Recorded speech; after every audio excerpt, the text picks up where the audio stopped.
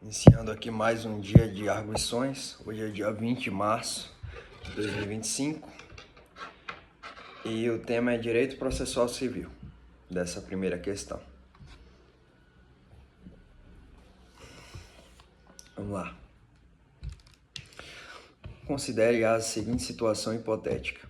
Determinado gestor público foi condenado por ato culposo em ação de improbidade administrativa que transitou em julgado em 2020, cujos efeitos ainda estão em vigor. Após a promulgação da Lei 14.230 de 2021, o gestor público propôs ação declaratória, buscando a anulação de sua condenação, visto que a nova lei estabeleceu que o ato de improbidade administrativa pressupõe a modalidade dolosa. Além disso, arguiu que os prazos prescricionais geral e intercorrente da nova lei deviam ser aplicados. O juiz de primeiro grau de jurisdição julgou parcialmente procedente o pedido, assentando não haver prescrição, pois o termo inicial seria a edição da Lei 14.230 de 2021 e a aplicação da nova lei mais benéfica, que acarretaria a não aplicação dos efeitos da condenação a partir da data da promulgação da nova lei, uma vez que não houve dolo na conduta. Com base nas disposições constitucionais e legais, bem como na jurisprudência do Supremo Tribunal Federal, analise a situação hipotética apresentada, abordando necessariamente a possibilidade de ajuizamento de reclamação no direito pátrio e especificamente para a impugnação da sentença apresentada no caso. A aplicação do prazo prescricional previsto na Lei 14.230 de 2021, em relação aos processos transitados em julgado e aos que estão tramitando.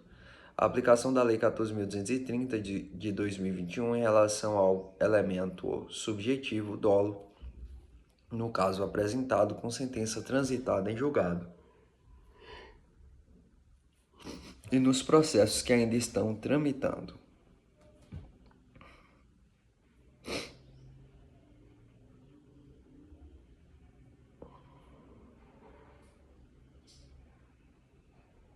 Excelência, quanto ao primeiro ponto, a possibilidade de reclamação, tem-se que há aqui um julgado do STF que estabelece de maneira vinculante a impossibilidade de aplicação retroativa da nova lei naqueles casos em que houve o trânsito em julgado, bem como nos casos prescricionais.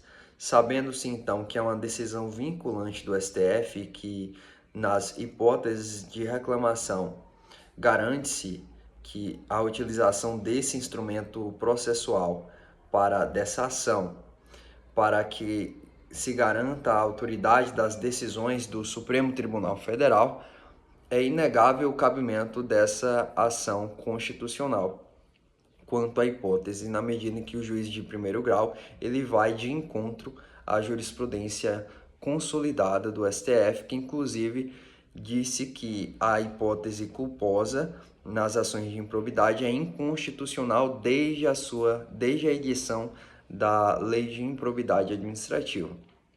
Quanto ao segundo ponto, também o STF decidiu que, independentemente do trânsito em julgado da ação de improbidade administrativa, não seria possível a retroatividade dos prazos prescricionais. Isso porque, na visão do STF, não haveria que se falar de inércia da Fazenda Pública ou do Ministério Público que pleiteia a punição a título de improbidade, a título de improbidade, haja vista que um prazo novo de prescrição, que no caso, ainda que superior aos prazos antigos, inova a partir do momento da sua edição em diante. A Fazenda Pública não poderia ser inerte a partir do ponto de vista de uma legislação que é posterior à sua conduta. E quanto ao terceiro ponto, Em relação ao elemento subjetivo, o dolo, no caso apresentado, com sentença transitada em julgado, o STF entende que, com a extinção da culpa, a retroatividade está condicionada ao trânsito em julgado da ação anterior. Então, se houver o trânsito em julgado, não é possível a retroação da extinção da modalidade culposa na ação de improbidade administrativa. A minha resposta.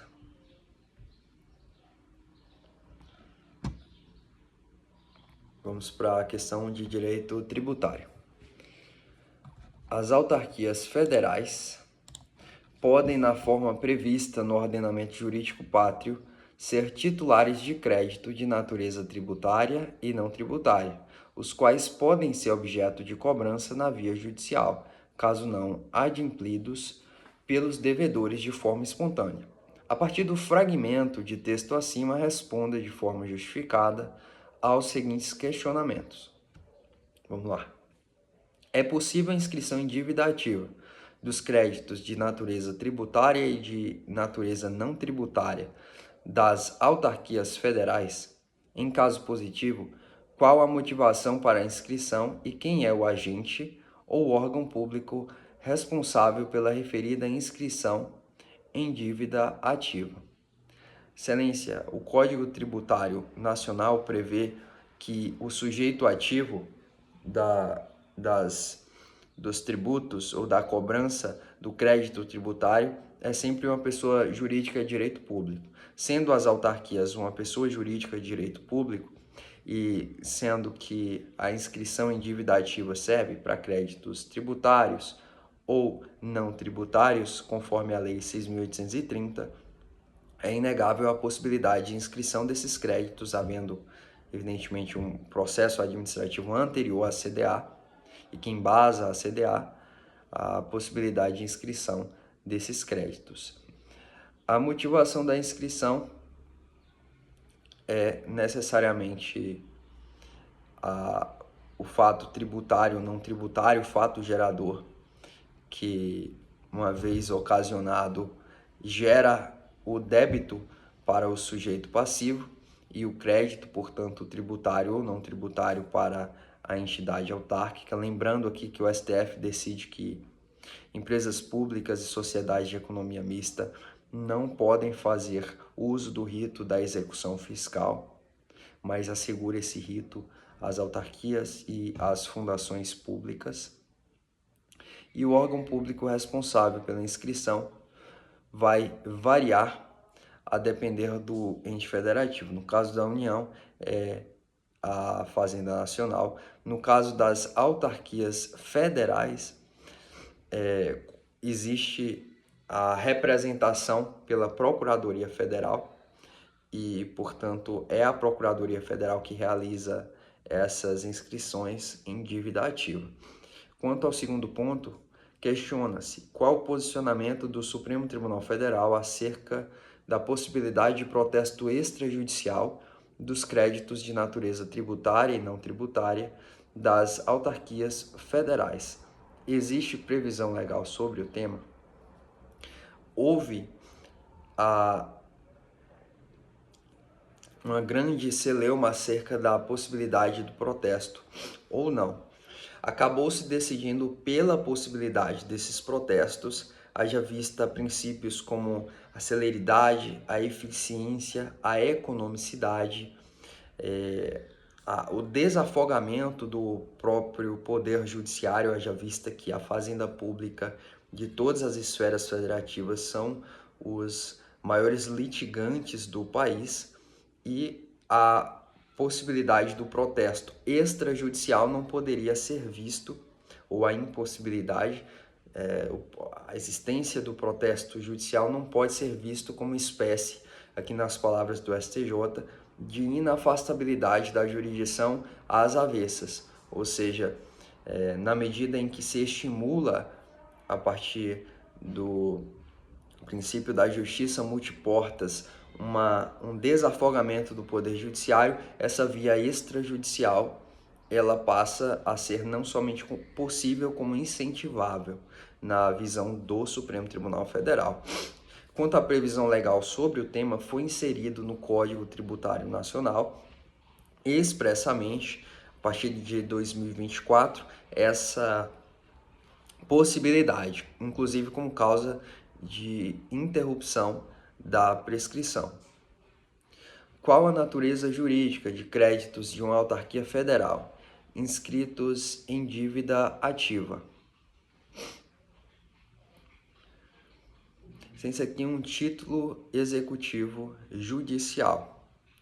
E se há presunção absoluta relativa quanto ao grau de liquidez e certeza desses créditos, por ser entidades integrantes da administração indireta, mas com personalidade jurídica de direito público, aplica-se em regra o direito público e presume-se a legitimidade, uma presunção relativa de legitimidade e veracidade dos dados elencados na certidão de dívida ativa, inclusive com previsão expressa nesse sentido do Código Tributário Nacional e da Lei de Execução Fiscal, Lei 6.830. No curso da cobrança judicial, ou melhor dizendo, está correto. No curso da cobrança judicial, até que momento é permitido substituir ou emendar a certidão de dívida ativa com erro apresentado em juízo? Qual seria a consequência experimentada pela defesa do devedor nessa situação? Bom, é permitido até a sentença de primeiro grau, conforme, inclusive, previsão expressa da Lei 6.830 e entendimento sumulado do Superior Tribunal de Justiça, sendo que esse erro, que ele pode ser material ou formal, não poderia incluir ou substituir novos sujeitos passivos ou os sujeitos passivos ali já existentes. No caso, haveria a possibilidade, a partir dessa emenda, de prazo extra para o oferecimento dos embargos para a defesa.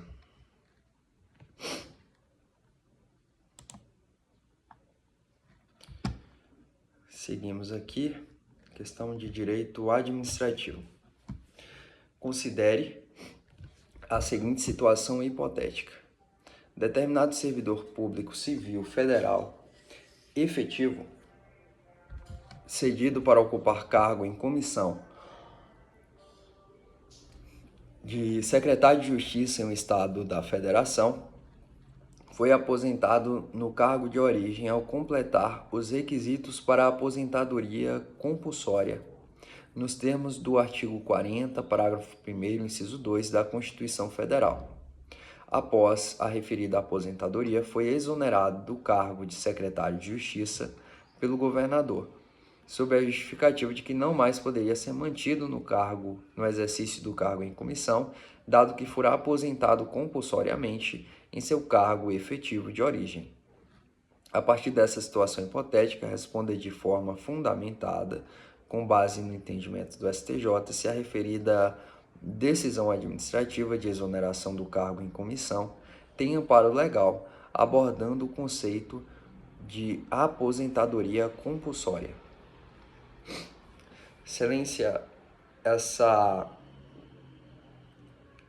decisão administrativa, ela não tem amparo legal e tampouco amparo jurisprudencial, na medida em que a aposentadoria compulsória ela não pode gerar a necessária e automática destituição do cargo em comissão por serem vínculos distintos. São vínculos formados com esse servidor público de natureza distinta. Assim entende o Supremo Tribunal Federal, assim entende o STJ. Agora, quanto ao conceito de aposentadoria compulsória, tem-se, a partir daí, o rompimento de maneira compulsória do vínculo entre o servidor público efetivo e a entidade que está lotado esse servidor ou a entidade que o emprega. De tal forma que, atingido um determinado limite de idade, aos 70 ou 75 anos, não haveria aí que se falar em manutenção do vínculo funcional ou empregatício. A aposentadoria compulsória, ela tem decorrência do artigo 40 da Constituição Federal e, uma vez preenchidos os requisitos, entende o STF que existiria aí, a partir do preenchimento dos requisitos, direito adquirido à concessão de determinado benefício. A aposentadoria, por si só, faz parte de um sistema mais amplo, que é o sistema da Seguridade Social, e se subdivide em previdência, saúde e assistência. Diante da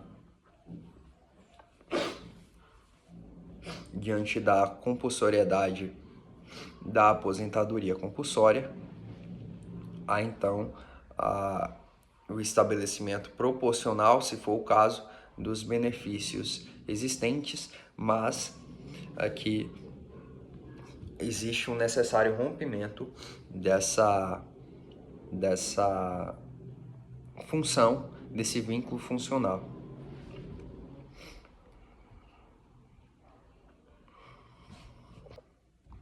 Próxima questão, direito constitucional.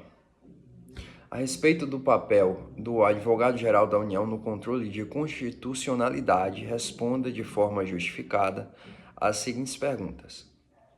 Qual função processual a Constituição Federal de 1988, de forma expressa, atribui ao Advogado-Geral da União no controle de constitucionalidade?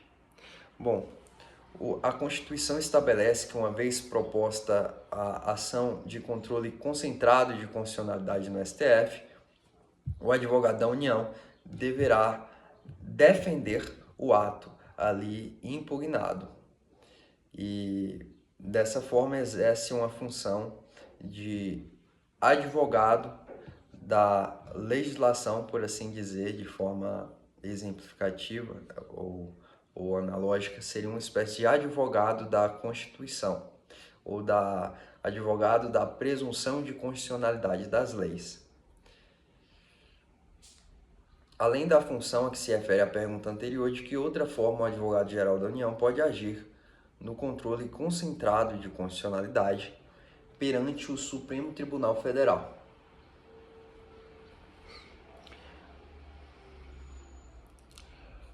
O advogado-geral da União pode agir não necessariamente como um defensor dessa legislação, de maneira que, havendo entendimento consolidado do STF pelo plenário ou em algum entendimento vinculante, contrariamente à presunção de constitucionalidade que gozam os dispositivos constitucionais, via de regra, poderia o advogado da União atuar não apenas na defesa dessa legislação, ou melhor, na não defesa dessa legislação, como uma espécie de fiscal ali do entendimento do Supremo Tribunal Federal, mas pode atuar também prestando informações que, na qualidade de representante da União Federal, no caso, poderia dispor, bem como em eventuais representações da União como amicus curiae. Como evoluiu a visão do Supremo Tribunal Federal acerca da atuação do Advogado-Geral da União no controle concentrado de constitucionalidade? Então, aqui retomando, inicialmente, com a promulgação da Constituição, criou-se um debate acerca desse dispositivo, em que o Advogado-Geral da União deveria necessariamente defender o ato impugnado. Posteriormente, com a celeuma já instaurada, o STF firmou o posicionamento nos limites em que eu há pouco delineei. Então, se houver posição consolidada, vinculante do Supremo Tribunal Federal, ou ainda disposta por seu plenário, então haveria aqui que se falar não haveria que se falar em uma defesa obrigatória do advogado da União no controle concentrado de constitucionalidade.